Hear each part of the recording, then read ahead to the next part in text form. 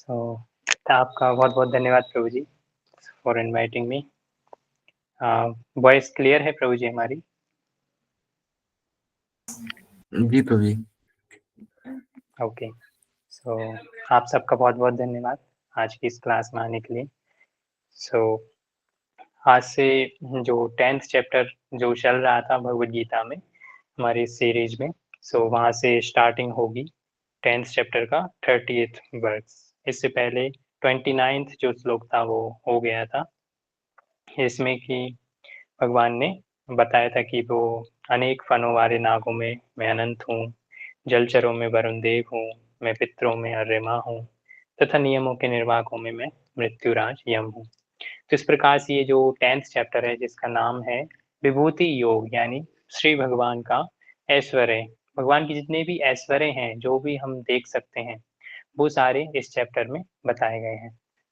सो हम सबसे पहले मंगलाचरण कर लेते हैं सभी। तो ओम अज्ञानतिमिरान्धस्य ज्ञानाञ्जनशलाकया चक्षुरुन्मिलितं येन तस्मै श्रीगुरुवे नमः। श्रीचैतन्यमनोभीष्टं स्थापितं येन भूतले स्वयं रूप कदा मह्यं ददाति सौपदान्तिकम्। वन्देऽहं श्रीगुरो श्रीयुतपदकमलं श्रीगुरून् वैष्णवांश्च श्रीरूपं साग्रजातं सगण रघुनाथान्वितं तं सजीवम् साद्वैतं सावधूतं परिजनसहितं कृष्णचैतन्यदेवं श्रीराधाकृष्णपादान् सगणललिता श्रीविशाखान्वितांश्च। हे कृष्णकरुणा सिन्धो दीनबन्धो जगत्पते गोपेश गोपिकान्त राधाकान्त नमोऽस्तुते। तप्तकाञ्चन गौराङ्गी श्रीराधे वृन्दावनेश्वरी वृषभानुसुते देवी प्रणमामि हरिप्रिये। वाञ्छाकल्पतरुभ्यश्च कृपासिन्धुभ्येव च पतितानां पावनेभ्यो वैष्णवेभ्यो नमो नमः। जय श्री कृष्ण चैतन्य प्रभु नित्यानंद श्री अद्वैत गदाधर श्रीवासादि गौर भक्त वृंद।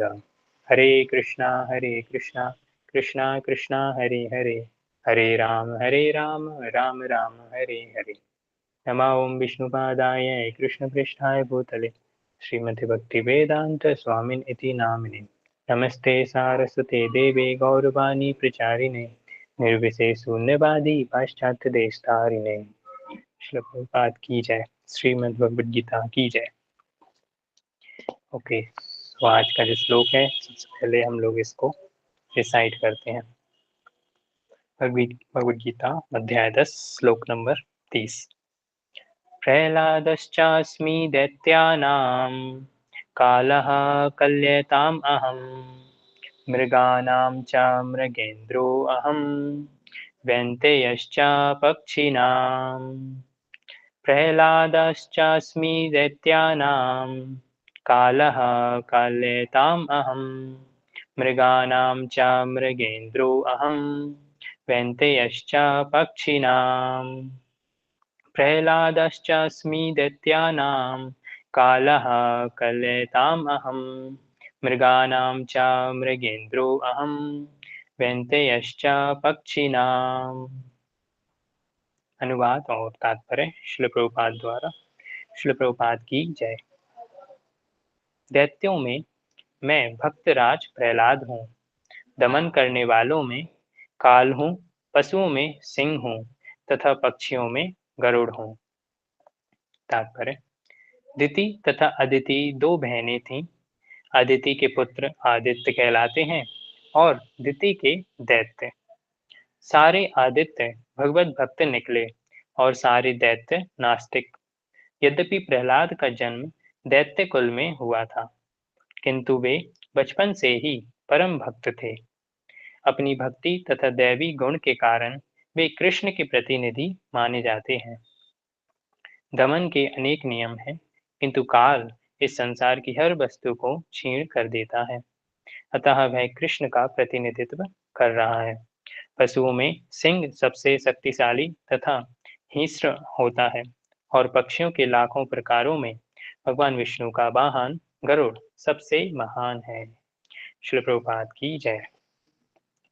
इस श्लोक में जैसे कि ये जो चैप्टर है ये विभूति योग है, तो इसमें जैसे कि हम जब भी जिससे भी अगर हम जुड़ना चाहते हैं किसी व्यक्ति से, तो हम सबसे पहले उसके बारे में जानना पसंद करेंगे कि वो व्यक्ति है कौन। तो हम उसके बारे में जानेंगे। जैसे हम कई संसार में भी कई चीज़ें हम जानते हैं, कई महान जो भी चीज़ें हैं, हम उनके बारे में जानते हैं, तो हम ये पता भी करते हैं कि वो चीज़ें महान क्यों हैं? आखिर ऐसा क्या है उनके अंदर कि वो चीज़ें महान हैं, महान बनी हुई हैं।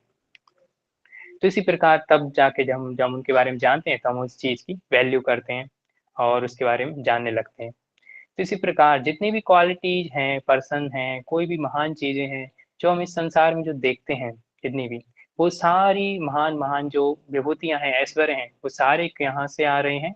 कृष्ण से। तो ये चैप्टर में ये सारी चीज़ें कृष्ण यहाँ पे बताएँगे। तो ये जितनी भी महान क्वालिटीज़ हैं, वो कहाँ से? सभी के जो सोर्स हैं, वो हैं कृष्ण। और यहाँ पे ये चैप्टर जो है, इसमें हमें यही बताता है कि कृष्ण कितने ग्रेट हैं, कितने ज़्यादा, और अपने भक्तों के लिए भगवान ये बता रहे हैं। जैसे कि अभी जो चल रहा था, जो पिछले श्लोक चल रहे थे स्पेशल वाले, तो उसमें कल या परसों एक श्लोक आया था, जिसमें बताया था कि ये जो ज्ञान है, वो भक्तों के बीच में जो बाँटता है, वो सबसे ज़्यादा प्रिय होता है मेरा। तो भगवान ये ज्ञान भक्तों को बाँट रहे हैं अपने, ताकि हम उनसे और ज़्यादा प्रेम कर सकें और उनके डिटेल में हम जान सकें। आखिर हम जो भी हैं भक्त हैं, वो जब तक ये जानेंगे नहीं कि जिनकी वो भक्ति कर रहे हैं, वो कितने महान हैं और उनकी क्या-क्या डिटेलिंग है, वो कैसे हैं, तब तक हम उनसे किस प्रकार से हम और मतलब अच्छे से हम रिलेशन बिल्ड कर पाएँगे। तो यहाँ पे भगवान ये सारी चीज़ें बता रहे हैं अपनी विभूतियों के बारे में इस चैप्टर में। सो कृष्ण कई एग्ज़ाम्पल देते हैं। जैसे कहीं-कहीं जो एग्ज़ाम्पल हैं, हम बहुत सारी चीज़ें देखते हैं, बहुत सारी चीज़ें जिनसे हम अट्रैक्ट होते हैं कि ये चीज़ कितनी महान है, अरे वाह! कितना अच्छा है। तो जब हम उसको कृष्ण से कनेक्ट करेंगे कि यस, जैसे कि भगवान बताते हैं कि इसी श्लोक में कि जो सिंह जो है वो मेरी ही विभूति है, मेरा ही ऐश्वर्य है। जितने भी पशु हैं उनमें मैं सिंह हूँ। तो हम सिंह की कोई क्वालिटी देखते हैं कि अरे वाह! कितना फेरोसियस है, कितना मतलब पावरफुल है। तो ये क्वालिटीज़ से हम किसको याद करेंगे? कृष्ण को। तो इस प्रकार से हमारा जो अट्रैक्शन है, वो कृष्ण से होना स्टार्ट हो जाएगा। 1 मिनट। ओके, इस प्रकार से। तो ये इम्पोर्टेंट भी है। जैसे शिल प्रभुपाद से भी कहते थे कि लोग बाग कहते हैं कि गॉड इज़ ग्रेट, भगवान महान है, भगवान महान है। लेकिन वो कैसे और कितने महान हैं, ये कोई नहीं जानता। तो इम्पोर्टेंट ये सिर्फ़ ये इम्पोर्टेंट नहीं है कि हम ये कहें कि सिर्फ़ भगवान महान है, बट ये इम्पोर्टेंट है कि भगवान कितने महान हैं और ऐसा क्या है उनके अंदर कि वो महान हैं, है ना? तो पहले कई राजा-महाराजा भी हुआ करते थे, जो अपने दरबार में ऐसे लोगों को भी रखते थे। कुछ स्टोरीज़ हैं, हम शेयर करेंगे। तो ऐसे वो अपना गुणगान करवाया करते थे। तो ऐसे ही एक बार क्या हुआ कि जो अकबर बीरबल की एक स्टोरी है, जिसमें अकबर को पता नहीं कुछ घमंड हो गया था कि कुछ अहंकार हो गया। तो जो बीरबल थे, उन्होंने कहा कि आप तो उनकी स्तुति करना स्टार्ट कर दी कि आप तो बहुत महान हैं, आप तो महान हैं। अरे! आप तो इतने महान हैं कि भगवान से भी ज़्यादा आप महान हैं। तो अकबर बोले कि अरे ऐसे कैसे? आपने भगवान से भी ज़्यादा महान मुझे कैसे बोल दिया? मैं तो हूँ ही नहीं इतना। तो जो बीरबल हैं उन्होंने कहा कि अ, क्योंकि आप किसी को भी अपने राज्य से बाहर निकाल सकते हैं, राइट? लेकिन जो भगवान हैं, वो अपने राज्य से कभी किसी को बाहर निकाल ही नहीं सकते, क्योंकि उनका जो राज्य है, चाहे वो भौतिक वर्ल्ड हो या फिर स्पिरिचुअल वर्ल्ड, सभी कुछ उन्हीं का है, सारा कुछ उन्हीं का है। तो वो कैसे किसी भी व्यक्ति को अपने राज्य से बाहर निकाल सकते हैं। तो ये भगवान की पूर्णता है कि वो एक काम ये नहीं कर सकते कि किसी को अपने राज्य से बाहर निकाल दें। लेकिन अकबर जो है यानी कोई भी राजा है, वो निकाल सकता है, तो आप भगवान से भी महान हुए। तो जोक सपाट, तो ऐसे ही करके बीरबल वहाँ पे बच गए। तो इस प्रकार से ये भगवान की पूर्णता है कि हम कहते हैं ना भगवान पूर्ण पुरुषोत्तम है, पूर्ण है पूरी तरह से। तो कुछ तो ऐसे चीज़ें होनी चाहिए कि भगवान नहीं भी कर सकें। क्योंकि ऐसा कुछ तो होना चाहिए कि हम कहते हैं भगवान सब कुछ कर सकते हैं, सब कुछ। तो कुछ ऐसा भी वो कर सकते हैं जो वो नहीं कर सकते, ऐसा भी कुछ होना चाहिए। तो ये वो चीज़ है जो भगवान नहीं कर सकते। यानी किसी को भी अपनी राज्य से बाहर निकालना। तो एंड वन मोर स्टोरी है, एक राजा होता है, उसका जो तोता होता है, वो उससे बहुत ज़्यादा प्रेम करता है, मतलब उसको बहुत पसंद है वो तोता, बहुत ज़्यादा। तब उसको उसकी चिंता होती है कि मैं इसका कैसे ध्यान रखूँ, तो वो अपने जो मंत्री जी होते हैं, उनको वो दे देते हैं कि अब तुम इसका ध्यान रखना। तो ये जो स्टोरी है ये इम्पर्सनलिस्ट निराकारवादियों से संबंधित है। ओके, सो वो मंत्रियों को दे देते हैं, उस अपने एक मंत्री है उसको दे देते हैं वो एक तोता। तो जो तोता है लेकिन उसको समझाते हैं कि ये मुझे बहुत ही पसंद है, अगर मैंने कुछ भी इसके बारे में गलत सुना, कोई भी बैड न्यूज़ सुनी या फिर सुना कि ये मर चुका है तुम्हारे मुख से, तो समझ लेना मैं छोड़ूंगा नहीं तुम्हें। तो इस प्रकार से उसने बोला। अब राजा, वो जो मंत्री था वो तो फंस गया कि अरे मैं कहाँ फंस गया, ये तो मैं इसके बारे में कुछ बोल ही नहीं सकता, क्योंकि आखिरकार ये कभी ना कभी तो मरेगा ही। जैसे कि श्लोक में भी बोला, भगवान काल है, काल सबको खा जाता है, तो इसी प्रकार एक ना एक दिन ये भी जाएगा। तो अब एक दिन, अब उसने ट्राई किया कि ये ना हो, जितना ज्यादा हो सके जिए जिए, तो ऐसा हुआ। लेकिन एक दिन ऐसा आया कि अब वो फिर मर गया, उसने शरीर छोड़ दिया। तब वो बहुत टेंशन में आया कि मैं ये सूचना कैसे दूं राजा को, किस प्रकार। तो फिर सूचना राजा को देने से पहले वो एक संत के पास गए, तो संत ने उनको बता दिया सॉल्यूशन। एंड देन उसके बाद फिर वो राजा के पास गए। उन्होंने उसको बोला कि राजा साहब, पता नहीं वो जो आपने तोता दिया था ना, वो बहुत ही अलग तरीके से बिहेव कर रहा है, पता नहीं उसको क्या हो गया है। तो उन्होंने पूछा क्या क्या हो गया है उसको बताओ। तो उसने बोला कि वो कुछ खा भी नहीं रहा, कुछ बोल भी नहीं रहा, वो हिल-डुल भी नहीं रहा। तो ऐसे करके वो सारी छोटी-छोटी चीज़ें बताते गए। तो राजा ने बोला, अरे दुष्ट, वो मर चुका है। तो इस प्रकार से तो ये उसने बचा लिए ये तो लेकिन मंत्री ने बोला कि नहीं, ये तो मैंने तो कहाँ कहा कि वो मर गया, आप बोल रहे हो मर गया। तो इस प्रकार से वो बहुत चतुर था तो बच गया।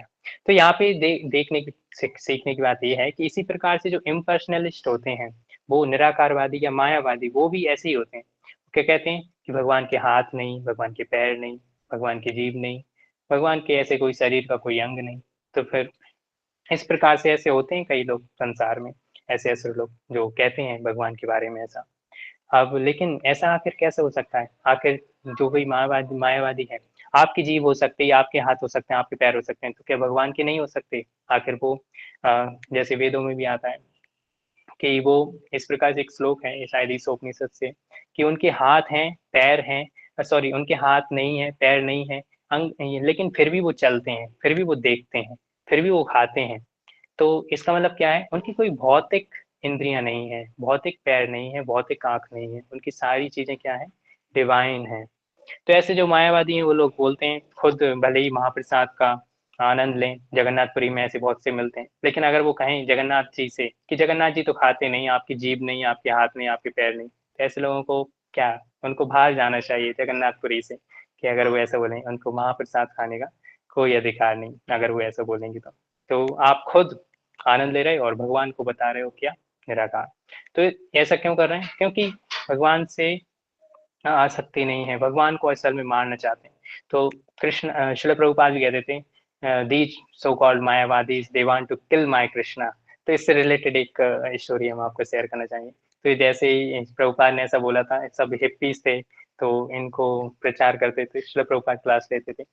तो प्रभुपाद ने ऐसा बोला कि these Mayavadis they want to kill my Krishna. तो एक जो हिप्पी था, जो थे, बोल उनको तो पता नहीं कि ये मायावादी कौन होते हैं। तो उन्होंने सोचा कि ये पता नहीं कौन है, मायावादी है, ये प्रभुपाद को बहुत परेशान कर रहा है, ये प्रभुपाद के प्यारे डियर कृष्णा को मारना चाहते हैं। तो उन सब ने प्लान बनाया कि चलो कि हम लोग है ना क्या करेंगे, ये मायावादी ने इसको सबको मिलकर इस मायावादी को ही मार देंगे, इसको, जो भी हमारे प्रभुपाद को जो परेशान कर रहा है। तो वो सब लोग प्रभुपाद के पास गए और उन्होंने बोला कि प्रभुपाद, आप चिंता मत कीजिए, हम है ना वो यहाँ पे डेकॉइट्स होते हैं जो शांत, मतलब चुपचाप से किल कर देते हैं, मर्डर कर देते हैं, किसी को पता भी नहीं चलता।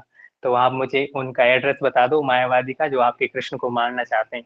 तो इस प्रकार तो प्रभुपाद उस पर इतना ज्यादा हंसे कि कि मतलब बहुत ज्यादा वो हंसे। लेकिन प्रभुपाद समझे कि हाँ, यू गॉट द पॉइंट, आपको भले ही आपका मतलब तरीका अलग गलत है, लेकिन आपका जो गुरु के प्रति शरणागति है या फिर उनसे प्रेम लगाव है, वो आप समझ गए। तो इस प्रकार से था। तो ये जो मायावादी हैं, ऐसे ही हैं जो भगवान से ईर्ष्या करते हैं ये, और इस भगवान का जो अस्तित्व है उसको मिटा देना चाहते हैं। जो इसीलिए ही इस चैप्टर में भगवान क्या कर रहे हैं, अपनी विभूतियों को बता रहे हैं कि ये सारे, इतने सारे जो विभूतियां हैं, ऐश्वर्य हैं, वो देखो, ये इन सबको आप देखिए, ताकि हम कृष्ण को फील कर सकें, कृष्ण के हाथ पैर सब कुछ ऐसे जो विश्व रूप जो भगवान का होता है उसमें ये जो जगत है इसको बताया जाता है। जैसे कि जो आई थिंक किससे दी जाती, जैसे सूर्य और चंद्र हैं, सूर्य और चंद्र को भगवान की आंख बोली जाती है। ऐसे शिल प्रभुपाद भी हर जगह वो कृष्ण को देखते थे, हर जगह। ऐसे एक बार उन्होंने जब वो सूर्य को देखा तो डिवोटीज को बोला, पूछा उन्होंने कि आपको क्या दिख रहा है ये, तो डिवोटीज कहेंगे सूर्य है। लेकिन प्रभुपाद ने कहा कि नहीं, that is the eye of Krishna. So Prabhupada ने कहा, सॉरी जो डिवोटीज हैं उन्होंने बोला कि अगर प्रभुपाद तो सिर्फ हमें आंखें क्यों दिख रही हैं कृष्ण की, बाकी शरीर क्यों नहीं दिख रहा है।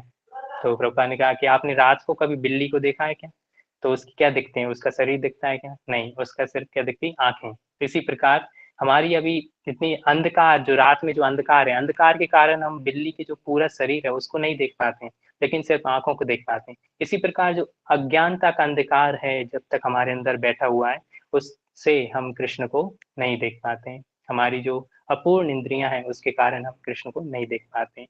लेकिन जब शिल प्रभुपाद या फिर जो वैष्णव जन है वो हमें ज्ञान से हमें देते हैं, भक्ति के माध्यम से, कृष्ण बुक्स के माध्यम से, तब हम कृष्ण को हर जगह देखना स्टार्ट करते हैं, है ना। तो इसी प्रकार से भगवान को हम ये देख पाते हैं, ये सारी विभूतियों के माध्यम से। तो इस श्लोक में भगवान क्या बोल रहे हैं, जैसे कि भगवान ने जो पहले के श्लोक में बताया कि जो दिति के पुत्र हैं, यहाँ पे जो बताया गया है दिति तथा अदिति, ये दो बहनें थीं। इनके जो पति थे वो थे कश्यप मुनि। सो उनसे जो दिति हैं, दिति के जो पुत्र हुए वो कौन थे, दैत्य। और जो अदिति के पुत्र हैं आदित्य कहलाते हैं, यानी देवतागण। तो जो भगवान ने पहले जो विभूतियां बताई कि मैं यमराज में मृत्युराज में यम हूँ, अर्यमा हूँ, ऐसे कई जो देवी देवताओं के बारे में बता दिया, जो अदिति के पुत्र हुए। तो ये सारी विभूतियां बताने के बाद अर्जुन के माइंड में एक जिज्ञासा आई होगी कि अगर जो अदिति हैं उनके पुत्र में कोई विभूति है भगवान की, तो जो दिति के पुत्र हैं यानी कि जो दैत्य हैं उनमें भी तो कोई विभूति होना चाहिए। तो भगवान ने फिर नेक्स्ट श्लोक में क्या बोला, प्रहलादश्चस्मि दैत्यानाम। तो दैत्यों में मैं कौन हूँ, भक्तराज प्रहलाद। तो प्रहलाद जी के बारे में हम सभी जानते हैं कि हम डेली ही उनकी जय करते हैं, प्रहलाद महाराज की जय, इस प्रकार से। तो जिन्होंने गर्भ में ही अपनी माँ कयादु के गर्भ में ही उन्होंने सारी शिक्षाएं ले ली थी, किससे ली थी, क्या कोई बताना चाहेंगे प्लीज। कौन थे प्रहलाद महाराज के गुरु, जिन्होंने उनको सारी शिक्षा दी। नारद नारद जी जी, महाराज। ओके। अभी ना अभी प्रभु जी, जी। तो नारद जी थे, उन्होंने गर्भ में ही जब प्रहलाद महाराज थे तब उनको सारी जो भागवत है वो बताई थी, सारी शिक्षाएं बताई थी। तो उन्होंने गर्भ से ही सारी अच्छे से श्रवण किया था, तब जाके वो ऐसे जो भक्त हैं वो दैत्यों के बीच में हुए, जो कि जन्म से ही भक्त थे। तो लेकिन अब इनके पिताजी कौन थे, पिताजी थे हिरण्यकशिपु, जो सारी दुनिया पर कब्जा करना चाहते थे, कब्जा कर चुके थे ब्रह्मा जी के वरदान के द्वारा। वो इतने ज्यादा पावरफुल थे कि देवी देवताओं को अगर देखते थे तो आंखें ऊपर देखने से ही देवी देवताओं झुक जाते थे, इतना ज्यादा पावरफुल व्यक्ति। और जिनके ही सारे डर से सूर्य चंद्र जब वो निकले, जब वो चाहे तब वो निकलते थे। तो इतना ज्यादा जो पावरफुल व्यक्ति है, वो सारी जगत पे जिसका दबदबा है, लेकिन उसका खुद का ही बेटा जो है कौन, प्रहलाद महाराज, उन पर ही उनका काबू नहीं था।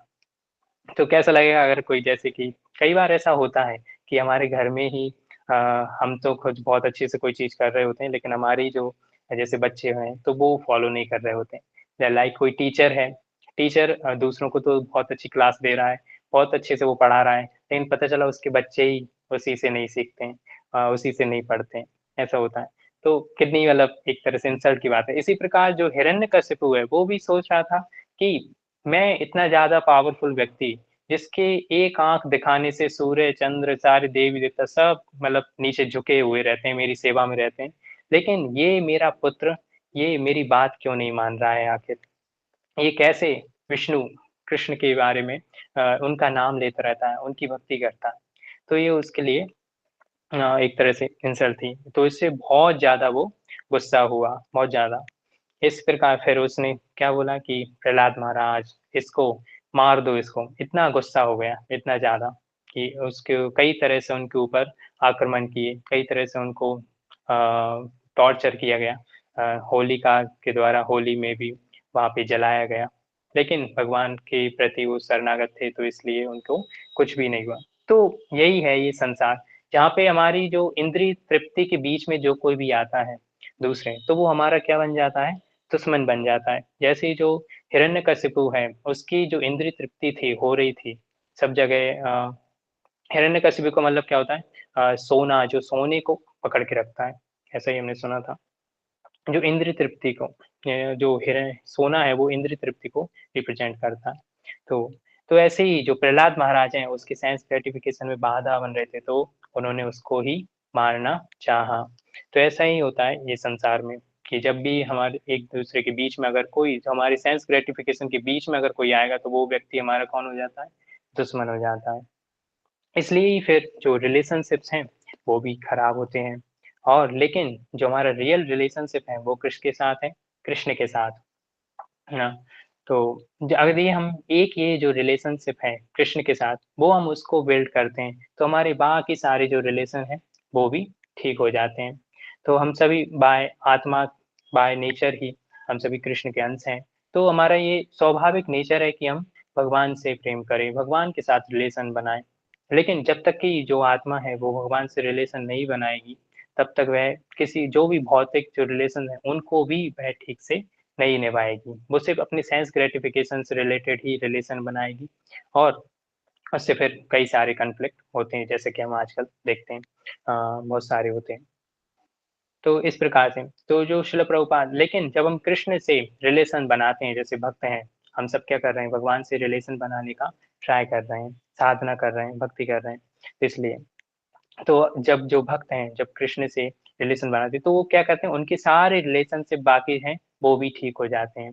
एक भक्त है, क्योंकि वो भगवान के बारे में जानता है, उसका भगवान से संबंध है, इसलिए वो उस बाकी सबको भी क्या देखेगा?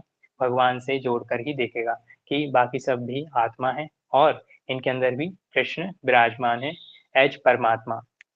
सो इस प्रकार से वो उसका जो बिहेवियर होगा, वो भी बहुत ही अच्छा रहेगा। जैसे कि जो शिल प्रभुपाद हैं, वो कहते थे कि जो एक जो भक्त है, वो पूरे काबिलियत रखता है, वो ओशियन ऑफ मर्सी होता है, वो सभी के प्रति दयालु होता है। जैसे कि शिल प्रभुपाद, वो खुद कितने पैशनेट थे, किसने कितने ज़्यादा दयालु थे भक्तों के प्रति, कितने ज़्यादा। तो इसीलिए हम देखते हैं कि ऐसे देश में जहाँ पे कृष्ण के बारे में भी नहीं जानते हैं, जहाँ पे भक्ति के बारे में कुछ भी नहीं जानते थे, वहाँ भी शिल प्रभुपाद ने ऐसा चमत्कार किया by love, by divine love. तो वो जो बड़े से बड़े लोग भी थे, उनके प्रति अट्रैक्ट हो गए और इस प्रकार से कृष्ण भक्ति में वो लोग आ गए। तो ऐसे ही होते हैं भक्त, अगर हम उनसे कृष्ण से रिलेशन बिल्ड करते हैं, तो इस प्रकार से हम सभी के प्रति अच्छे रिलेशन बना सकते हैं।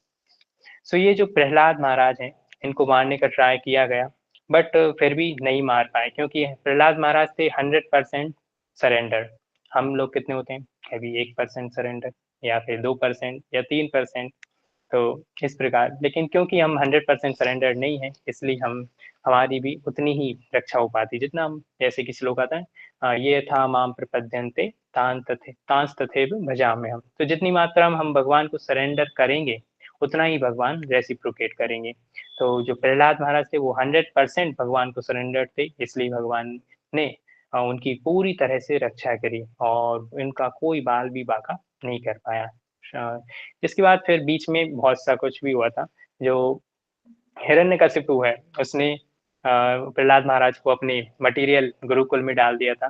जैसे कि हमने एक लेक्चर में सुना था कि जो उसके जो गुरुकुल था और आजकल के जो स्कूल हैं, यूनिवर्सिटीज हैं, वो उसमें कोई अंतर नहीं। वहाँ पर भी इकोनॉमिक डेवलपमेंट, सेंस ग्रेटिफिकेशन किस प्रकार किया जाए, बॉडी को कैसे संतुष्ट किया जाए, जो आजकल सिखाया जाता है वही तब वहाँ पे भी सिखाते थे। तो इस प्रकार से पूरा कोई भी गुड क्वालिटीज नहीं, सारी। प्रभुपाद तो कहते हैं कि ये जो मॉडर्न स्कूल कॉलेजेस हैं, ये तो स्लॉटर हाउस है, यहाँ पे बच्चों का कत्ल किया जाता है, आत्माओं का। तो इस प्रकार से उनको वहाँ पे भेज दिया गया था गुरुकुल में। लेकिन प्रहलाद महाराज वो तो भक्त थे, तो उन्होंने वहाँ पर भी क्या किया? प्रचार करना स्टार्ट कर दिए, सबको हरि नाम बुलवाते वो। और लेकिन फिर इसके बाद भी हिरण्यकशिपु, फिर आगे की स्टोरी आप जानते होंगे कि जब उनको फिर लाया गया हिरण्यकशिपु के पास कहीं अपने जो गुरुकुल पूरा होने के बाद, तो उन्होंने पूछा कि आपने क्या सीखा? तो वो जो प्रहलाद महाराज हैं वो बोलते हैं, श्रवणम कीर्तनम विष्णु स्मरणम पाद सेवनम अर्चनम बंदनम दास्यम सख्यम आत्मनिवेदनम। तो ये 9 विधियां हैं जिनसे भगवान की सेवा करनी चाहिए, भगवान के स्मरण करना चाहिए। तो ये जैसे ही ये सुना हिरण्यकशिपु, क्या वो आग बबूला हो गया और बहुत ज्यादा गुस्सा हो गया, बहुत ज्यादा। उसके बाद फिर उसकी जो वार्तालाप हुई प्रहलाद महाराज की, कि कहाँ है तुम्हारे भगवान, कहाँ है, दिखाओ, आज मैं छोड़ूंगा नहीं। तो इसके बाद फिर कौन प्रकट हुई उस खम्भे से, कि श्री नरसिंह देव भगवान की जय। तो नरसिंह देव भगवान वहां प्रकट हुए और फिर उन्होंने जो हिरण्यकशिपु था उसको चीर फाड़ दिया, और वो बहुत ज्यादा गुस्से में थे, बहुत ज्यादा। तो ऐसे जो दैत्यों में जो प्रहलाद महाराज हुए वो कौन है, भगवान की विभूति है। एंड एक चीज हमें ये भी जाननी चाहिए कि जो प्रहलाद महाराज हैं उनका जो इतना नेचर है, प्रहलाद महाराज की शिक्षाएं, ये एक बुक है तो ये सभी को पढ़नी चाहिए, बहुत ही अच्छी बुक है। तो प्रहलाद महाराज ने कभी भी अपमान नहीं किया अपने पिता का, उनको क्या कहकर बुलाया, दैत्य राज, आप दैत्यों में राजा, मतलब दैत्यों में श्रेष्ठ हैं, इस प्रकार से।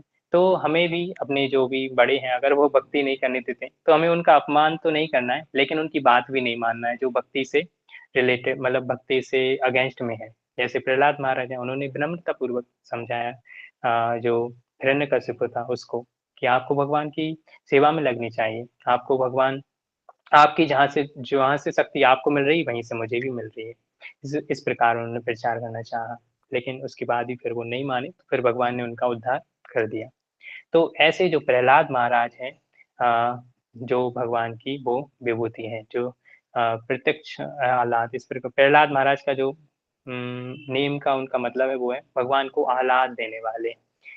इस वो है प्रहलाद महाराज। तो ऐसे जो दैत्यों में प्रहलाद महाराज है वो भगवान की ही विभूति है। इसके बाद फिर भगवान श्लोक में क्या बोल रहे हैं, दमन करने वालों में मैं काल हूँ। तो दमन करने वाला व्यक्ति जो का है, काल, काल से कोई भी नहीं बच पाया, यानी टाइम, टाइम सब कुछ क्या कर देता है, खत्म करते हुए जाता है। चाहे कोई कितना ही सुंदर हो, चाहे कोई कितना ही बलवान हो, चाहे कोई कितना ही पावरफुल हो, उसके पास कुछ भी हो, लेकिन एक टाइम ही है जो उसको सारी चीजों का दमन कर देता है। जैसे कि आज से 50 साल पहले, आज से 10 साल, 20-30 साल पहले भी अगर कोई बहुत ज्यादा पावरफुल था, लेकिन आज क्या वो वही व्यक्ति आज वो पावरफुल रहा क्या? नहीं। काल जो टाइम है उसने उसको धीरे धीरे उसकी जो शक्ति थी उसका दमन कर दिया। तो हमें जानना चाहिए जो काल है सबसे पावरफुल है, जो किसी को भी नहीं छोड़ता है, वो भी भगवान की क्या है, एक भगवान की शक्ति है, भगवान को ही रिप्रेजेंट करता है। तो भगवान लेकिन जो काल है, काल ने हमें किस प्रकार पकड़े हुए हैं, कोई बताएगा? किसी कैसे नहीं छोड़ता है? हाँ, कैसे?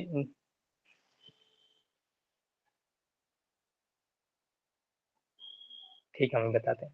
तो जो काल है उसने हम सबको पकड़ रखा है, किस प्रकार, जो हमारी जो बॉडी है वो क्षीण होती जा रही है। हम देख रहे हैं कि हमारी बाल, जैसे लोगों के बाल सफेद होते जाते हैं, तो और पैर दर्द होने लगते हैं, या फिर जिस प्रकार से हम धीरे धीरे ओल्ड एज की ओर बढ़ रहे हैं, इस प्रकार हम समझ सकते हैं कि काल ने हम सबको पकड़ रखा है, इस बॉडी को पकड़ रखा है। तो जो काल का प्रभाव है, जो अभक्तों के ऊपर होता है, जो देहात में बुद्धि में है उनके ऊपर बहुत ज्यादा होता है, लेकिन जो भक्त हैं, जो आत्मा के लेवल पर हैं, उन पर काल का कोई प्रभाव नहीं पड़ता है। जैसे कि जो शुद्ध भक्त हैं वो, जैसे कि शिल प्रभुपाद, उनके ऊपर काल का प्रभाव, मतलब हम आत्मा के लेवल पर बोल रहे हैं। प्रभुपाद सिर्फ 2 घंटे की नींद लिया करते थे, देखा जाए तो, लेकिन वो भी मतलब उस प्रकार से नहीं कहेंगे कि हमारी तरह होती थी गहरी, वैसी नहीं हुआ करती थी। लेकिन प्रभुपाद के ऊपर क्राइम का कोई भी फर्क नहीं पड़ता था। आप सबको अगर पता होगा, जेट लैग होता है एक, यानी हम दूसरे टाइम चेंज करते हैं एक कंट्री से दूसरे कंट्री में। तो अगर हम अमेरिका में हैं तो अगर वो इंडिया में आएगा तो उसका जो टाइम का वो जो है बॉडी का, वो चेंज हो जाता है। हमें दिन में यहाँ पे नींद आ रही होती है और रात में हम जागे होते होते हैं। तो लेकिन वैसे शिल प्रभुपाद के साथ हुआ ही नहीं, होता ही नहीं था। शिल प्रभुपाद कहीं पे भी जाते थे, वहां के टाइम से अपनी घड़ी को मैच करते थे और वापस ड्यूटी अपनी सेवाओं में लग जाया करते थे। तो हम देखते हैं कि जो शुद्ध भक्त हैं उन पर भी काल का कोई प्रभाव नहीं होता है। लेकिन इस भौतिक जगत में जो भी है, सबको जो काल है वो दमन कर देता है। ओके एंड देन इसके बाद क्या बोल रहे हैं भगवान? पशुओं में सिंह हूँ तथा पक्षियों में गरुड़ हूँ। तो जो सिंह है, सिंह भी जो सबसे जानवरों में सबसे ज़्यादा पावरफुल है और सबसे ज़्यादा हिंस्र जहाँ पे श्रील प्रभुपाद बोल रहे हैं, हिंस्र है, यानी कि बहुत ज़्यादा हिंसक, बहुत ज़्यादा पावरफुल है। तो वो भी क्या है? भगवान की ही विभूति है, भगवान की शक्ति है। ऐसा नहीं कि हम उसके पास सामने जाके उसको अगरबत्ती दिखाएँ, नहीं, तो वैसा नहीं करना है। लेकिन हमें ये देखना है कि जब भी हम शेर को देखें, शेर को देखें, तो हम देखें कि इसके अंदर जो शक्ति है, वो किससे आ रही है? वो कृष्ण से आ रही है। इसी प्रकार जो गरुड़ देव हैं, पक्षियों में गरुड़ देव सबसे ज़्यादा महान हैं, जो कि भगवान के ही क्या हैं? भगवान के ही जो वाहन है। और जब जो गरुड़ देव हैं जब उड़ते हैं तो उनके पंख से क्या निकलती हैं? वेदों की स्तुतियां निकलती हैं। तो ऐसे जो गरुड़ देव हैं वो भी किसकी ही? भगवान की ही शक्ति है, वो भगवान की ही विभूति है। तो ये था आज का श्लोक इस प्रकार से। तो आप सबका बहुत बहुत थैंक यू ये क्लास में बने रहने के लिए। तो हमसे अगर कोई त्रुटि हुई हो तो प्लीज क्षमा कीजिएगा। एंड अगर कोई क्वेश्चन या फिर कुछ भी आपको कहना है तो आप कह सकते हैं। हरे कृष्णा। हरे कृष्णा। तो बहुत बहुत धन्यवाद प्रभु जी for such a wonderful lecture. तो यदि किन्हीं भक्तों का कोई प्रश्न है तो अपना हैंड रेस कर सकते हैं या चैट बॉक्स पर भी अपना प्रश्न लिख सकते हैं। हरे कृष्णा।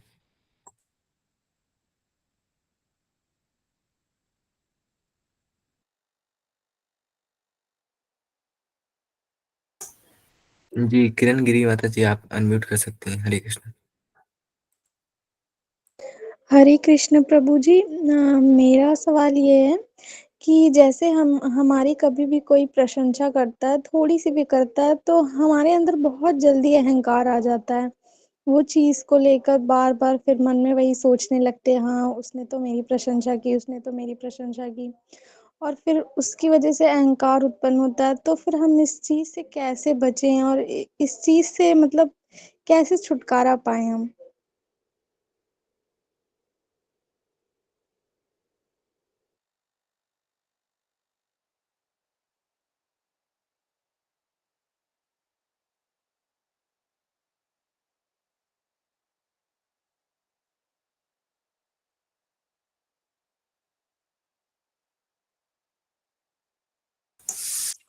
जी माता जी प्रभु जी शायद प्रभु जी को शायद कोई नेटवर्क इशू हो रहा है तो प्रभु जी जल्दी हमें ज्वाइन करेंगे।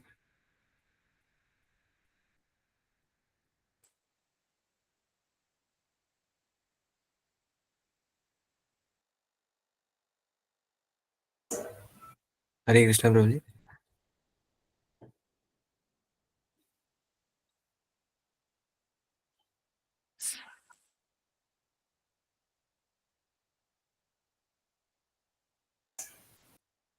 हरे कृष्णा प्रभु जी। ओके प्रभु जी। तो प्रभु जी को थोड़ा नेटवर्क इशू हो रहा है तो प्रभु जी ज्वाइन कर रहे हैं अभी।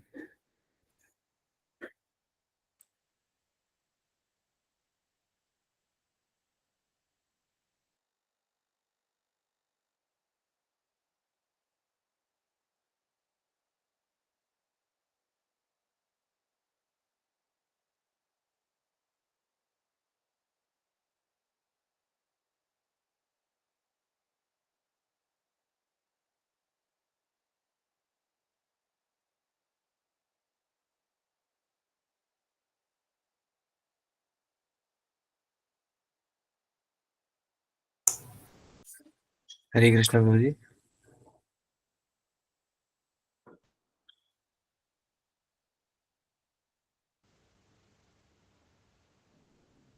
नहीं प्रभु जी वॉइस नहीं आ रही है आपकी।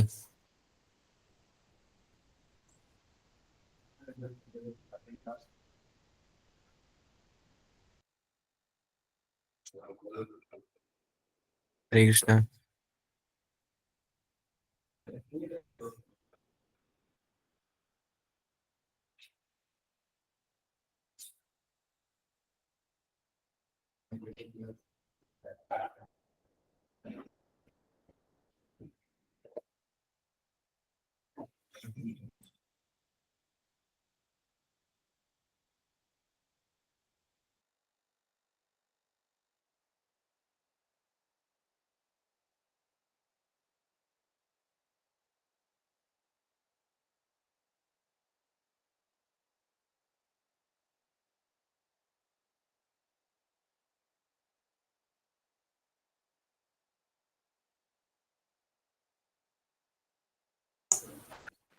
हरे कृष्णा। हरे कृष्णा प्रभु जी। जी प्रभु जी, अब आ रही है आपकी वॉइस। ओके, पता नहीं क्या इशू था। ओके, हरे कृष्णा। तो सॉरी। यस, माता जी का प्रश्न था तो कि हमें जब कोई प्रशंसा करता है तो हमें अहंकार आ जाता है, यही था प्रश्न माता जी। जी प्रभु जी। हाँ, तो इसमें हमने लेक्चर में सुना है कि जब कभी भी हमारे बारे में कोई प्रशंसा करे, यानी जैसे कुछ भी हमने सेवा करी या फिर कुछ भी अच्छा किया, तो स्वाभाविक है कि जो भक्त लोग हैं वो हमारी प्रशंसा करते हैं।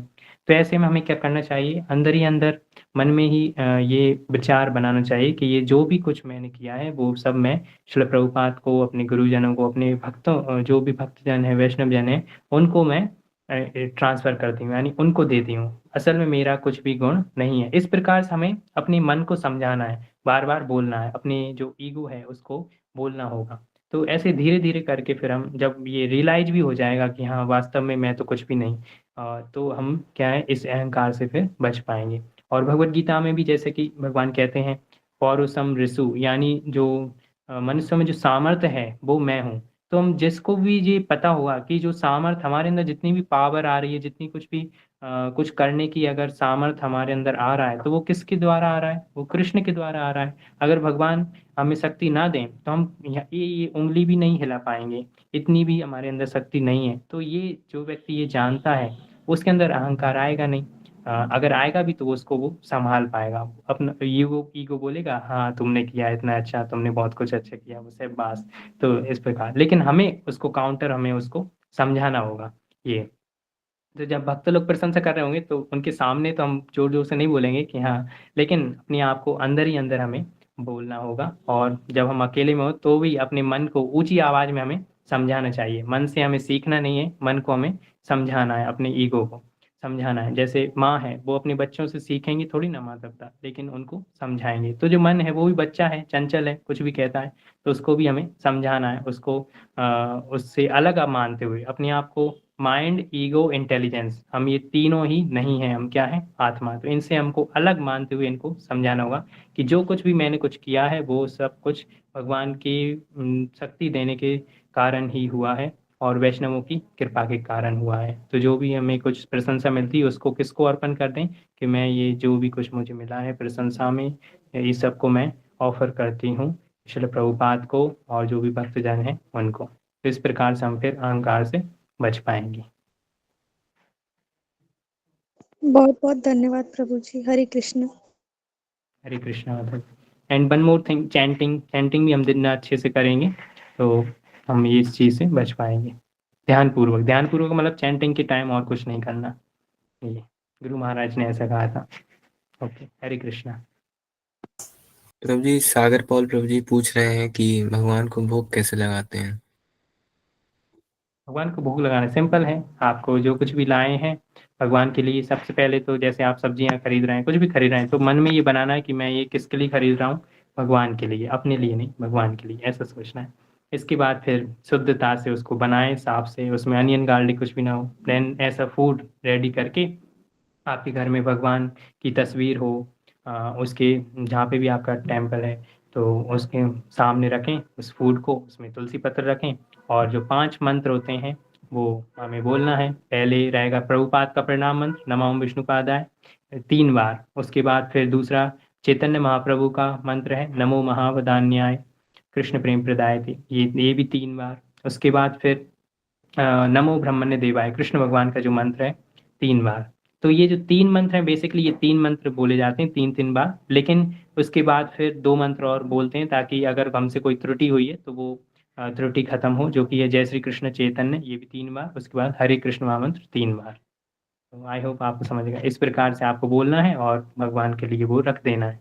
एंड आपने, मैटर करता है आप क्या चीज़ आप भोग लगा रहे हैं, यानी आपने टोटल पूरा थाली अच्छे से भोग लगाया है तो उसमें आप उतना टाइम लें, भगवान को 10-15 मिनट लगेगा पानी में पूरा, ऐसा। और कोई छोटा सा जल या छोटा सोच रखा है तो वो 5-6 मिनट के लिए रख सकते हैं, ऐसे। तो इस प्रकार से भगवान को रखते हैं, पर्दा लगा दें और फिर 10-15 मिनट बाद वो ले लें और उसको फिर अपने जो पूरा फूड है उसमें मिला दें एंड देन एन्जॉय महाप्रसाद। हरे कृष्णा। और क्या पूछ प्रभु जी पूछ रहे हैं कि मैं यदि मंत्र नहीं जानता हूँ तो भी ऐसे लगा सकते हैं तुलसी से?